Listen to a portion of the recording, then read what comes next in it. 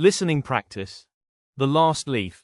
Sue and Johnsy were two young women who lived together in a small apartment in Greenwich Village, New York City. Both were artists trying to make their way in the world. It was a cold autumn, and the wind was chilly and bitter. One day, Johnsy became very sick with pneumonia. She lay in bed, weak and pale.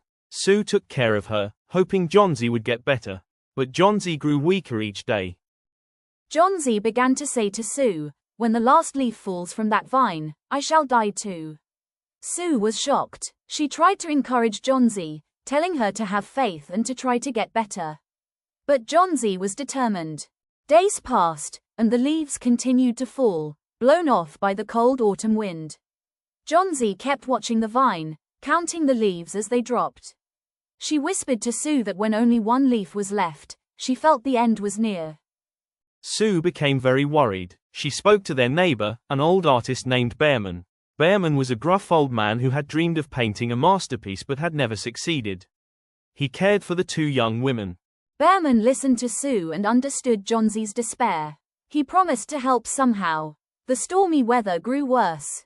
Rain poured, and the wind blew fiercely one night. The next morning, Johnsy looked out the window. The last leaf was still there, clinging stubbornly to the vine. She was amazed. "That leaf isn't going to fall," she said. She smiled weakly and said she felt stronger. Hope returned to her heart. Sue was relieved. She encouraged Johnsy to keep fighting. Day by day, Johnsy's health improved. She stopped thinking about the leaves and focused on getting better. But the truth was something Johnsy and Sue didn't know.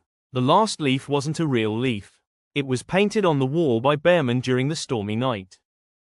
Behrman had gone outside in the cold and rain to paint the leaf. He wanted Johnsy to see the leaf stay and believe she could live. It was his way of giving her hope and strength. Sadly, Behrman caught pneumonia from being out in the storm. He became very ill and died a few days later. Before he died, he told Sue about painting the leaf. Sue and Johnsy were deeply moved by Behrman's sacrifice. The painted leaf was his masterpiece, an act of love and courage that saved a life. Johnsy fully recovered and never forgot the kindness of Behrman and the power of hope.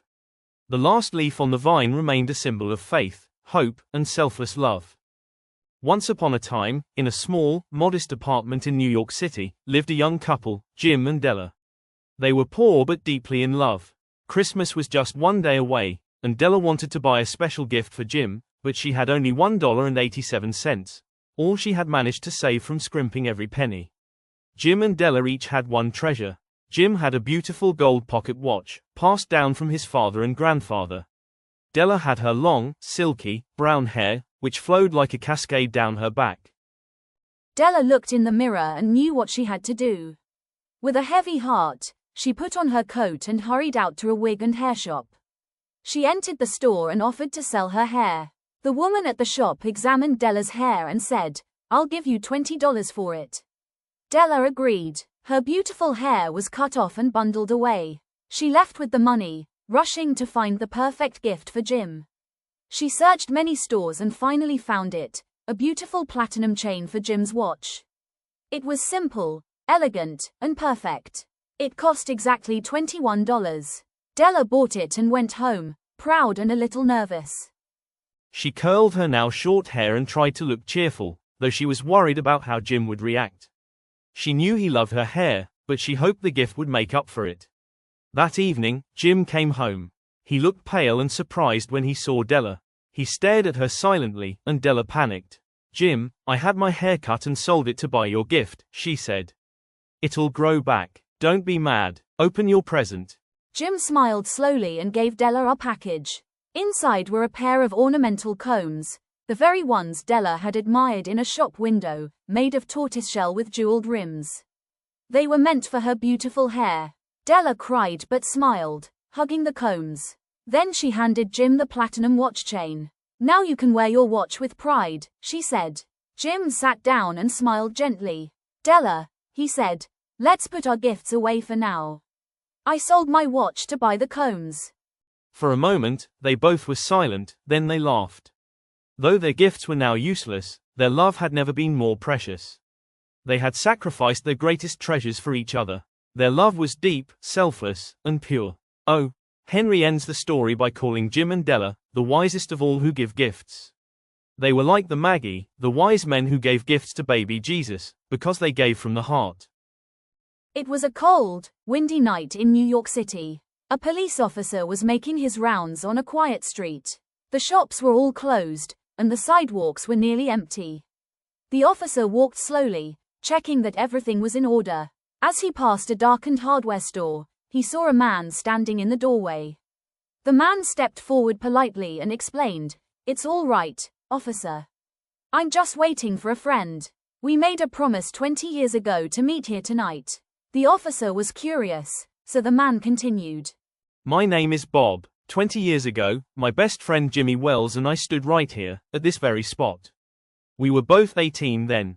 I was heading west to make my fortune. Jimmy stayed in New York. We agreed that no matter what happened, we'd meet here again, on this exact date and time, 20 years later. The man lit a cigar, and the officer noticed his flashy clothes, a diamond pin, and a gold watch. Bob seemed successful. The West treated me well, he said. I made it big in Chicago. The officer chatted with Bob for a few more moments. Then he said, "Well, I hope your friend shows up. Good luck," and walked away into the night. About 20 minutes later, another man approached. "Bob?" he asked. "Yes. Is that you, Jimmy?" Bob said excitedly. The man nodded. They shook hands and began walking together. But as they passed under a street light, Bob stared closely at his companion. Something was wrong. "Wait a minute," he said, stepping back. "You're not Jimmy Wells." The man smiled. "No, I'm not. But I was sent here to meet you." Bob was stunned. "Then where's Jimmy?" The man reached into his coat and handed Bob a note. It read, "Bob, I was here on time. I saw you in the doorway, just like we planned. But when you lit your cigar, I recognized your face. You're wanted by the Chicago police. I didn't have the heart to arrest you myself, so I asked a plainclothes officer to do it instead. Your old friend, Jimmy Wells." Bob stood frozen. The other man took him gently by the arm and said, "Let's go."